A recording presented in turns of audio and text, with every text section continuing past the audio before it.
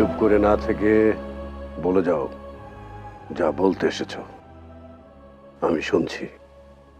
সুলতান, কথাটা শুনতে খারাপ লাগলেও সুলতানার শরীরের যা অবস্থা তাতে তার সন্তান লাভ করার আশা নেই বললেই চলে।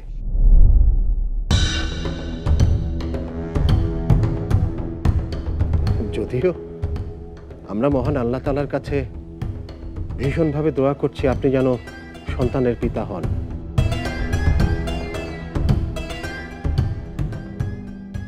কিন্তু আল্লাহ তো এখনো আমাদের দোয়া কবুল করেনি সুলতান।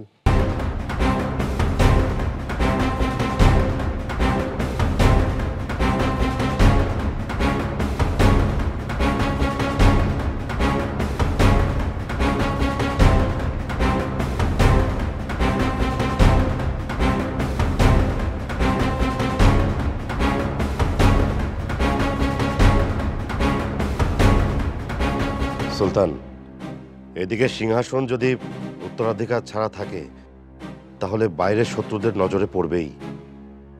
আজকে আমরা তার প্রমাণ পেয়েছি আমরা কতটা অরক্ষিত। সুলতান, এই সাম্রাজ্যের ভালোর চিন্তা আমাদেরকে করে যেতেই হবে,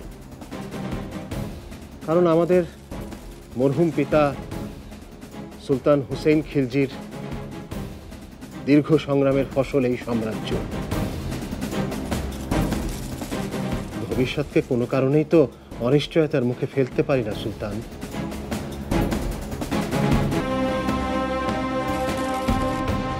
আমরা জানি আমাদের ভাইদের কাউকেই ভবিষ্যৎ উত্তরাধিকার হিসেবে পছন্দ নয় আপনার। তাই আমরা রাজ্যের স্বার্থে চাই জিহাদ খিলজির ছেলে সুহান খিলজিকে যদি ভবিষ্যৎ উত্তরাধিকারী শাহজাদা হিসেবে যদি ঘোষণা করা হয়,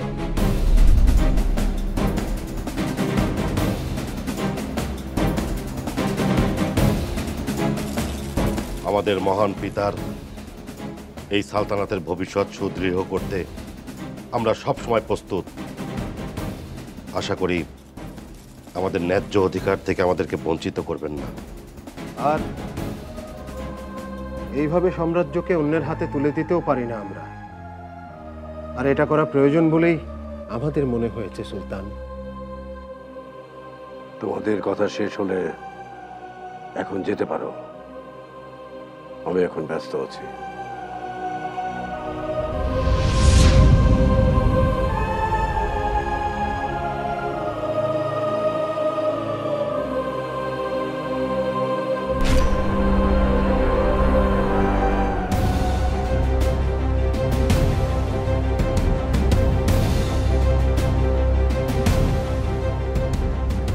পারবেক, এখানতে এসো।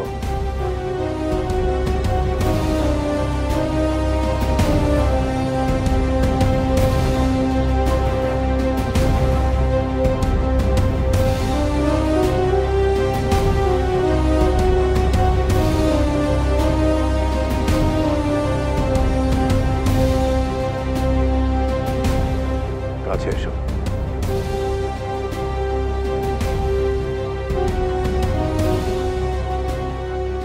সময়টা বুঝে এবার এসেই গেছে।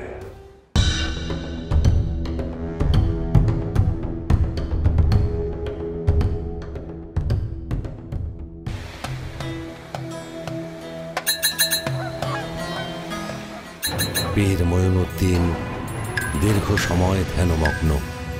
অতীতের দেয়া কথা রক্ষা করতে তার সর্বশক্তি দিয়ে সে প্রতিরোধ করবে শয়তানি শক্তিকে।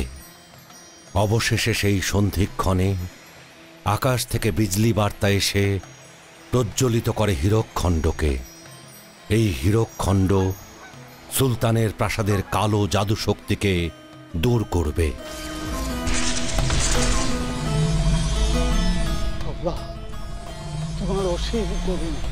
এই হীরকখণ্ডের আলো আবার আকাশে ছুড়ে দিলে যে আলোর বিচ্ছুরণ আসবে তার শক্তি দিয়ে সমুদ্রের পানিকে দুই ভাগ করে তার এই সাধনা সম্পূর্ণ হবে।